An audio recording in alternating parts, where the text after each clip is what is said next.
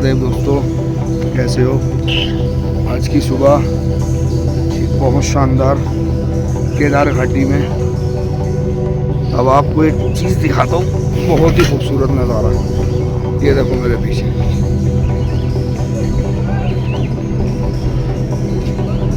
और पूरी केदार घाटी, वहाँ जाना है हमें। अभी थोड़ा सा 2-3 किलोमीटर का ट्रैक है, वो और कंप्लीट करना है। आगे चल के आपको केदार घाटी का नज़ारा दिखाएंगे। ये देखो वो रहा बाबा का द्वार। ये देखो दोस्तों, बर्फ़ का ग्लेशियर देखो कितना ऊपर थे। ये देखो कितना पब्लिक यहाँ पे फ़ोटो वोटो खिंचा रही है, बर्फ़ में पंगे कर रही है।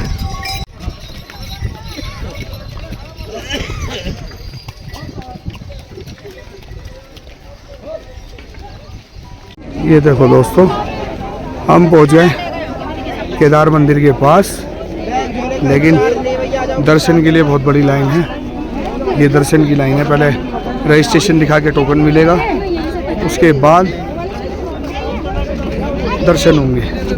तो ये चढ़ रहे हम बाबा केदार के लिए सीढ़ियाँ। अब आपको एक बहुत बड़ा ओम बना हुआ दिखाई देगा, वो मैं आपको दिखाता हूँ। ये देखो ओम,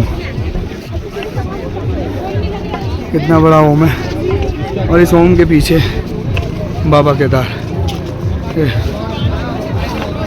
आप नज़ारा है, वाह जी वाह, बहुत बढ़िया। देखो दोस्तों, ये थोड़ी सी कुछ दुकानें जो प्रसाद वगैरह की, नाश्ते पानी की, ये सब यहाँ पे आए हुए यात्रियों के लिए। ये बीच में हमारे बाबा केदारनाथ जी, हिमालय के बीचों बीच।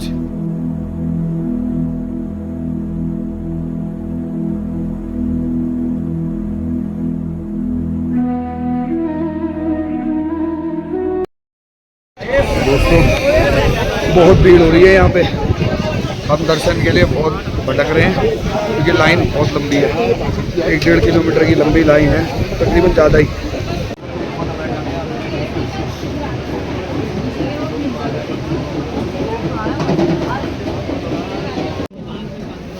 देखो भाई, हमें सुबह के 6 बजे से ये टाइम हो गया लाइन में।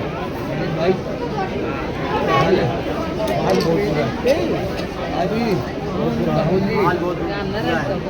क्यों, क्या हो गया? कैसे भैया लाइन इतनी लंबी है। अरे इसकी बात बड़ी गौर से सुनाना चाहता हूँ मैं। जो प्रशासन है, हाँ, और यहाँ का जो मंदिर का सिस्टम है, बहुत बेकार सिस्टम है। सुबह 6 बजे की लाइन में लगी। अरे आप आइए, कुछ बताइए। 4 बजे से लाइन में लगे हैं। क्या? सुबह 4 बजे से लाइन में लगे हैं और 3:30 बजे लैट्रिन करी थी। 12 घंटे हो गए। 12 घंटे हो गए, लेकिन अभी तक बेचारे को दर्शन का कोई लाभ नहीं मिला। बाबा का ना फोन, ना विचार, ना चिट्ठी, ना संदेश। क्या हुआ मनीष भाई? कुछ नहीं हुआ यार, भूख लग रही है सुबह से नाश्ता भी नहीं किया, खाना भी नहीं खाया, लाइन में लगे। और जब से लाइन में ही लगे हम, बहुत बुरा हाल है यहाँ पर। बताओ, कम से कम 7 किलोमीटर लंबी लाइन पीछे से लगी हुई है। बहुत लंबी लाइन है, बहुत श्रद्धालु है यहाँ पर, लेकिन यहाँ कोई सुनवाई नहीं है किसी की। सुनवाई होती तो फिर इतनी परेशानी नहीं होती ना। बाकी जो श्रद्धालु आए हुए हैं उनकी कोई केयर नहीं है यहाँ पर। जो तरीके से लगने वाले हैं उनकी कोई वो नहीं है। सिर्फ VIP लोगों का यहाँ पर मान सम्मान होता है। भाई हिंदू नाम रह ही है, VIP हो के गए।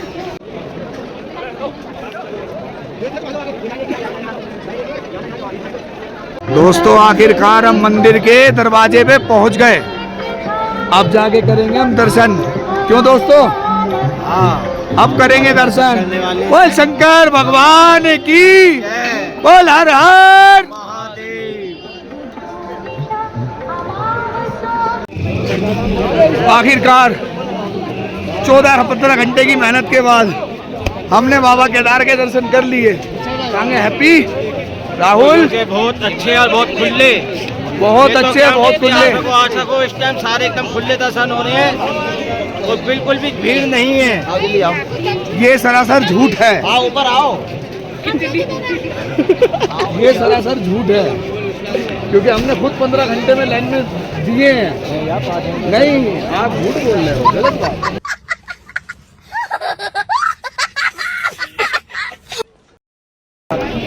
तो अब हमारे हो गए दर्शन। अब हम आगे चलते हैं भीमशिला की तरफ और शंकराचार्य मंदिर की तरफ, वो भी दिखाते हैं। ये देखो, आजा आजा, मैं जूते ये है वो भीमशिला जो आपदा के टाइम पे उस पहाड़ से, उस पीछे पहाड़ पे से पानी के साथ, बाढ़ के साथ यहाँ बह के आई थी। और ये यहाँ पे मंदिर के जस्ट पीछे आके टिक गई थी, तब मंदिर बचा था।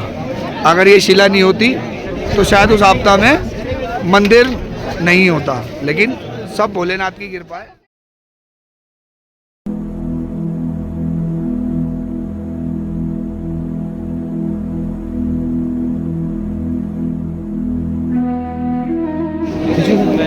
हमने सभी ने माथे पर त्रिपुण बनवा के त्रिशूल लगवा लिया है। ये देखो, सभी हम, हमारे पूरे ग्रुप के माथे पे शिव त्रिशूल का चिन्ह है। यही यादगार है। कब आएंगे कब नहीं आएंगे कुछ नहीं पता, बाकी जब बाबा बुलाएंगे तब आ जाएंगे।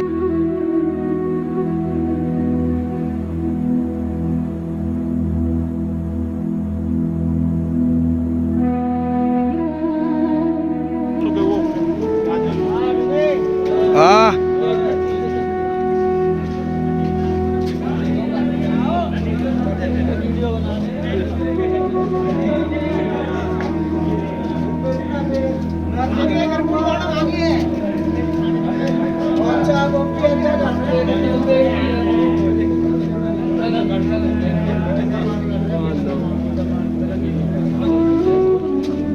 कुछ भी भीड़ नहीं है।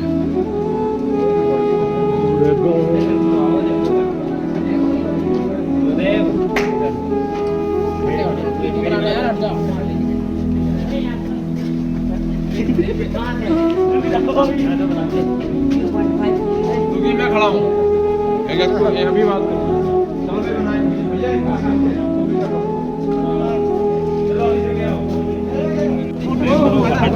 ये राजी आदि गुरु शंकराचार्य जी का मंदिर, ये यहाँ इन्हें समाधि भी कहते हैं। यही हैं गुरु शंकराचार्य जी, जिन्होंने केदारनाथ मंदिर की खोज करी थी पांडवों के बाद। इन्हीं की वजह से आज हम केदारनाथ की यात्रा कर पाते हैं। तो आदि गुरु शंकराचार्य जी बहुत अहमियत रखते हैं। देख लो भाई, एक बार और निहाल लो केदार घाटी को। इसके बाद पता नहीं कब हमारा आना होगा, कब इस मंदिर को दोबारा देखेंगे। तो इसलिए जी भर के निहार लो बाबा केदार को और इस खूबसूरत केदार घाटी को। चलो जी, अब हमारे सब दर्शन हो गए। अब हम नीचे की तरफ को चलते हैं, कुछ पेट पूजा करते हैं, फिर हम ट्रैक डाउन कर रहे हैं, क्योंकि हम रात ही रात में नीचे गौरीकुंड जाना चाहते हैं, ताकि हम सुबह दूसरी जगह के लिए निकल जाएं, क्योंकि अभी हमारी गाड़ी भी बहुत दूर खड़ी हुई है। हेलो दोस्तों, हर हर महादेव।